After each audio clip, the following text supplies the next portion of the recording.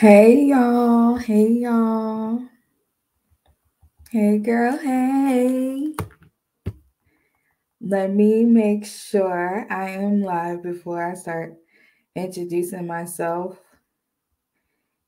Hey girl, hey. And hey to the men. Okay. What am I doing? Okay. All right, y'all. We gotta talk. We gotta talk. We gotta talk. I don't know where to start, but I'm gonna be real quick. I'm not gonna be long, but I am not gonna give away what I'm talking about because I don't want to have someone watch this that hasn't watched what I'm talking about. So today I watched an interview with a comedian. Her name is Monique. And Monique, if you do not know, again, she's a comedian, famous comedian. She is an actress. She played in the movie Precious, and she played in a show called The Parkers, and she was the lead character. And I did a video on my YouTube about Cat Williams when he went on this particular podcast. And now I'm doing one about Monique. And let me see if what her last name is now. Lord forgive me, but I don't forgot while I started talking. But we gotta talk about some of the things that she said because a lot of it was truth. I'm not gonna say all of it was, because I don't really know, but what's her last name? I don't know her last name. But a lot of it was she revealed a lot.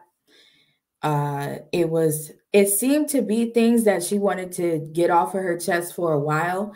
And when it comes to Black women, we always, when we're telling the truth, we always get a bad rap. We always get like the title of angry Black woman. And I know a lot of people like to not admit that, but we do. Some of the things that I don't feel like I'm being too outspoken about, other people do because they just have this perspective or dogma about, who Black women are. And I do feel sometimes that people do not take enough time to, know who Black women are. They just kind of write them off sometimes. And we're all versatile. There are some that, walk, talk, look different. So for us to be clustered as the same, it really gets annoying sometimes.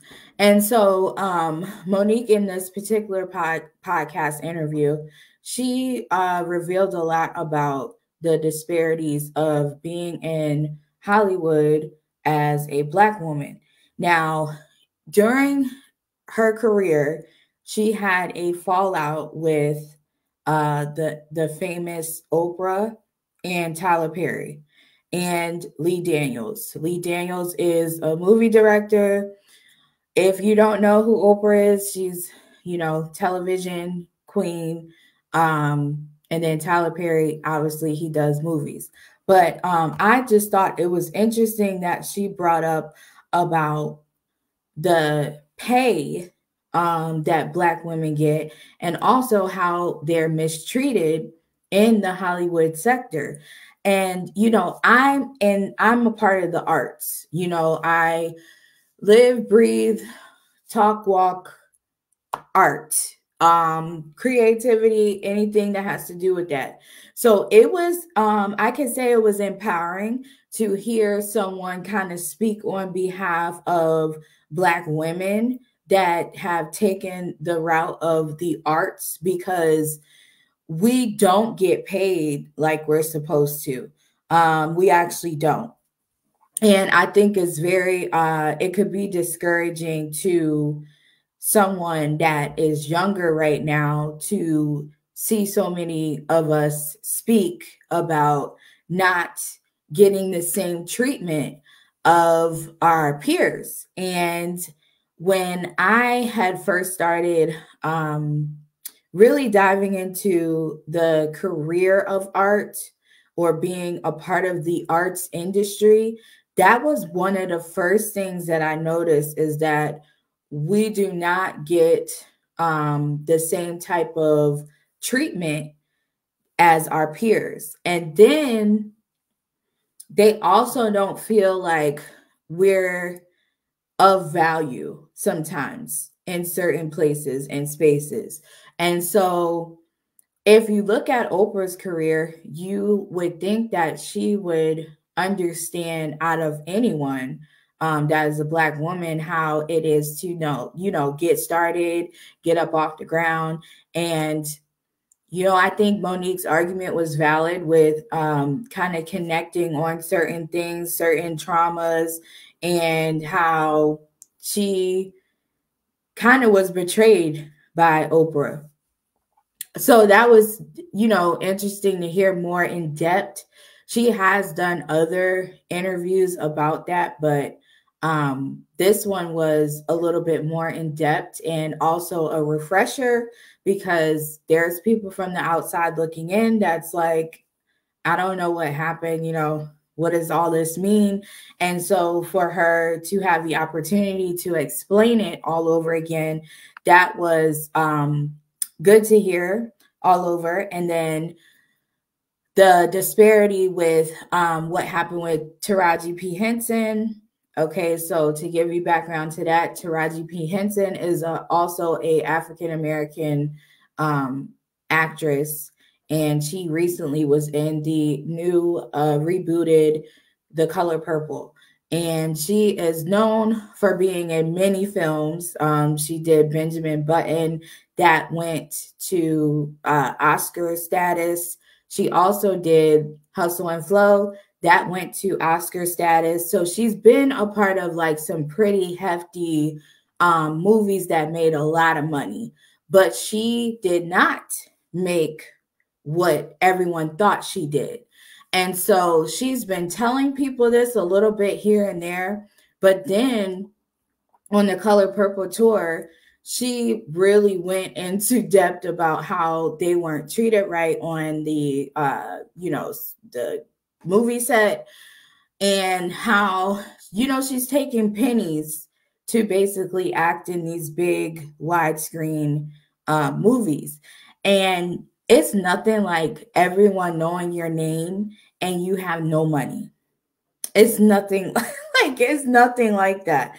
And no one wants to feel like that. And so when you have worked blood, sweat, and tears to be this actor or actress, and then you're not getting the amount of money that your peer is getting, and their roles are smaller, they're probably not even in the movie as much as you, but they could get a certain amount of money that you're not getting. And so I'm glad Monique kind of exposed that, because that happens across industries, not just the arts, but I don't think Black women get treated fairly in any industry. I mean, honestly, and it's a conversation that people are afraid to have, and I'm not sure why. But I understand exactly how that could feel for Monique to be fighting for something and no one kind of on her side or take up for her in any sense, especially if they have a background just like hers. Like, she talked about being molested. She talked about traumas. It's a lot that they could connect with her on, because they also had that happen in their life. So that was the big exposure for me. It was kind of like, yes, somebody's actually speaking on people's behalf, on Black women's behalf, because it is in the Western world, in the United States. A lot of us do get paid good money for what we're doing over here versus like maybe some other countries per se. but we still have this stigma with us that people try to put on us as a label. Like if we're articulating ourselves, if we're, if we're able to stand up for ourselves, that can be offensive to people.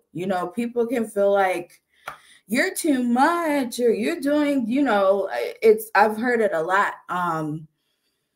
As I started growing into who I really was. And there are a lot of people that are afraid to speak up because they don't want to lose anything. And that's another big stress I can call. It's like a stress that comes with, okay, I can't say this, or I can't be like this, or okay, maybe my tone needs to be a little bit calmer. So that was one of the big things. And then she also just talked a lot about the image of Black women in the world and how we're not, we're not thought of. And it's not a victim. Like, I hate when it's like a thin line, because you can go into victim mode and you could say it's always going to be like this. But at the same time, some of this stuff got to be exposed. Like, some of this stuff has to be talked about. And if no one's going to talk about the elephant in the room, then we're just going to have these cycles of just underserved, mistreated, undervalued, not paid cycles. And my heart went out to Taraji. I should have got on earlier when it was happening and did a video about that, because my heart went out to her because she has busted her butt. But this is mainly why I didn't take the Hollywood route. I didn't take that route. And I had big dreams to be a world-renowned artist in Paris, all this. Like, I had dreams to do that after high school, not in my adulthood. Like, I graduated at 17. So I already knew I wanted to be an artist. And I kind of seen myself in Paris and somewhere else and gone, but that didn't work out. But I am kind of like at peace that I didn't go that route, because what they do is they take your creativity and they use it for themselves, and they milk it until they can't milk it no more. And the unfortunate part is these people get so burned out from them taking the only thing that they have, that nobody can take. But unfortunately, when they put their gifting in other people's hands, then they determine what your value is, what you're going to get paid, what your life. They determine your life, and you don't have ownership. And this is mainly what Monique was bringing up. You don't have ownership. You basically are a slave.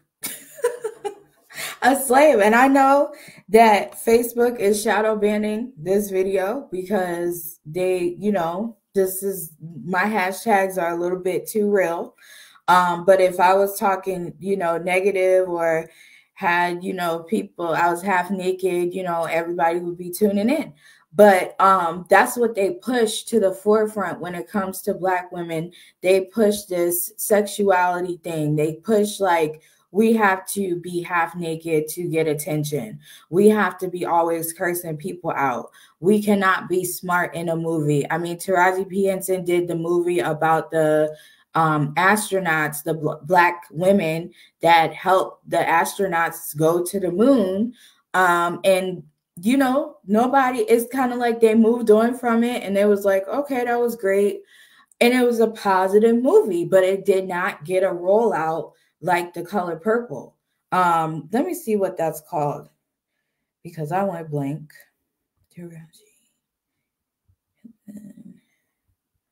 Let me see what that's called, because I want to make sure I showed that. Yes, Hidden Figures. Hidden Figures is the movie that she did in 2016, where they played the women that, you know, help with the math and everything else. Katherine Johnson, Dorothy Vaughan, and Mary Jackson. They serve as the brains behind one of the greatest operations in history, the launch of astronaut John Glenn into orbit, a stunning achievement that restored the nation's confidence, turned around the space race, and galvanized the world. So this was a positive movie, and it just didn't get the rollout that The Color Purple did. And then, I mean, even with small things like me getting on here, like when you're talking, you know, something that could change people's mindset, it doesn't get pushed to the forefront. When it comes to the look of like that type of industry, like the wellness industry, we're not at the forefront of that. And we don't have to be, but it's like not enough of us getting pushed as heavy as others, our peers. And it's not about being racist, but it's just true. If we're not the look, it's really not gonna get nowhere, because they have certain looks that they want for certain things. And so when Monique came about talking about this like pay disparity, all these things, she didn't look the part. And that's what she said in the interview. Like they, you know, if she was someone else, they would have took it seriously. But they were like, you should just be thankful that you're here. And some of the rooms that I've been in, I felt like they were just like, you should be thankful that you're even here. That happens a lot in the United States. I'm not speaking on other countries, but the United States, they really don't treat Black women well. They really don't. They really don't. And they paint this picture of us always being negative, of us always complaining, of us always not grateful. And that's a lie. That's a lie. That's a lie. Some of us would be actually more grateful if people would acknowledge who we are and what we bring to the table and how we sometimes can build our own table. We would actually, you know, if you got to know us, you would know that. But I find a lot of people don't take the time to get to know each other, and they judge based off of the cover of how you look. So if I'm a Black woman and you're another descent, and I'm speaking like I'm speaking to you, and I'm very direct and blunt, sometimes people say, well, you could have said that a little bit, you know, softer, or you could have, like, you know, what your face says a lot. And we're just, I mean, for me personally, I'm just dramatic like that. Like, you're gonna know how I feel. And I've gotten to the point where I'm like, I don't really care if you know that I don't like you, because my whole tone is gonna change. I'm not gonna be disrespectful, but you're going to know I don't want you in my space. And it's okay, because other people do that too. But we've been told for so long we have to perform. We have to perform. And so the sad part about also what she said was, when she was doing her show, she didn't even know that it was nationally syndicated. Nobody explained this to her. Nobody said, you know, hey, your show is doing great. Nobody said that. And I tell people that I'm close to all the time in conversation, it's like, when you have people that don't help you realize like how important what you do, how important it is for what you do, you don't feel like it's important. You don't feel like nobody notices you. You feel like, I gotta work harder. I gotta work harder. Like, I know my moment's gonna come. And your moment might have came just by you starting, but you wouldn't realize that because there's so many people that don't try to recognize what you do as a Black woman. You know, I in the art industry, like the painter to be specific, I've never been asked to be in a gallery. I've never been asked to be in a gallery. I've never been asked to have like my own show in an actual gallery. I've always had to foot the bill. And I got tired of that. I mean, it was a lot of money that I put out to not only have my solo art shows, but I also had other artists in my art shows. And I was only charging maybe like $10.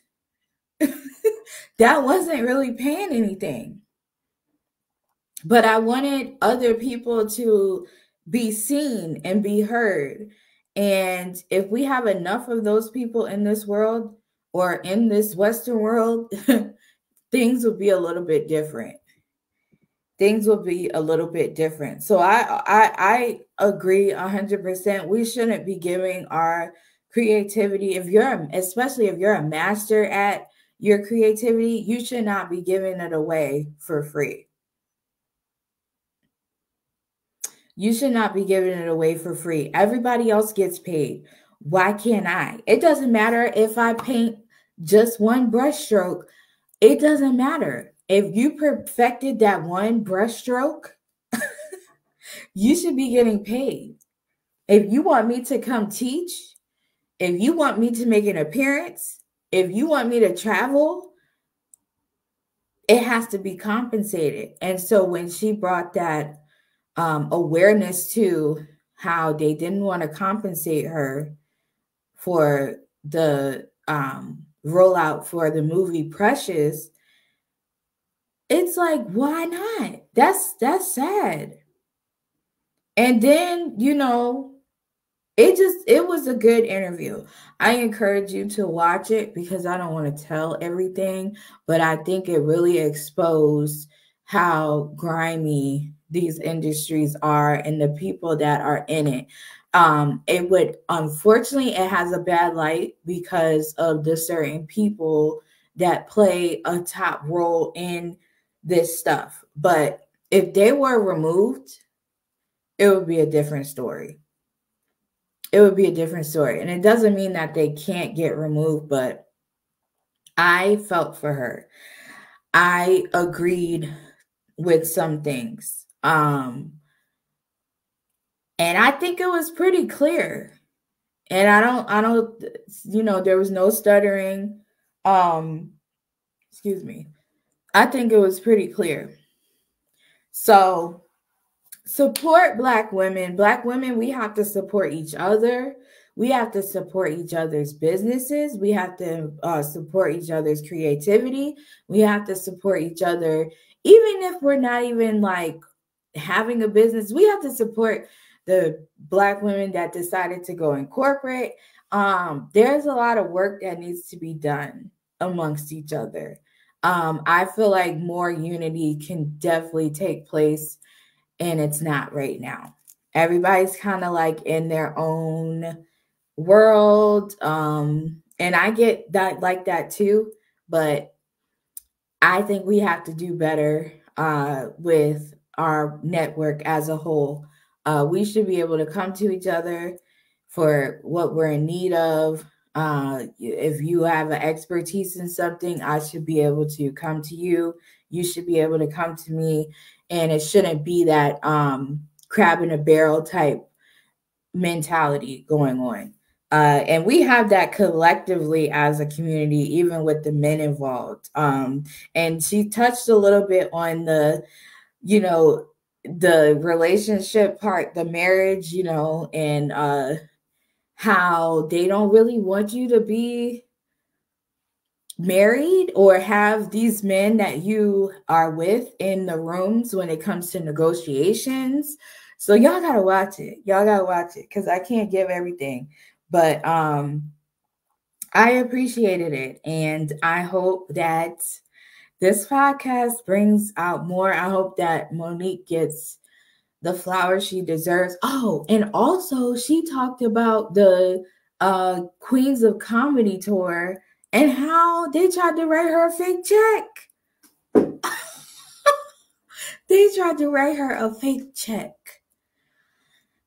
That was a big tour, y'all. And I was younger and I remember that tour, and the men didn't get treated like that. But the women, you know, that was trifling to hear. So this is nothing new to her, fighting for what is right. And she is from Baltimore, and I used to live in Virginia, not that far from there. So it's refreshing to hear about people from these places. But I'm gonna go, and I hope that you follow my YouTube channel, Kristen Nicole Mann, and I'm gonna post this on there.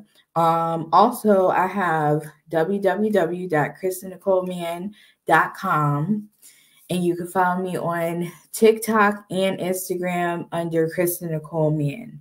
So I will talk to you soon. Have a nice night.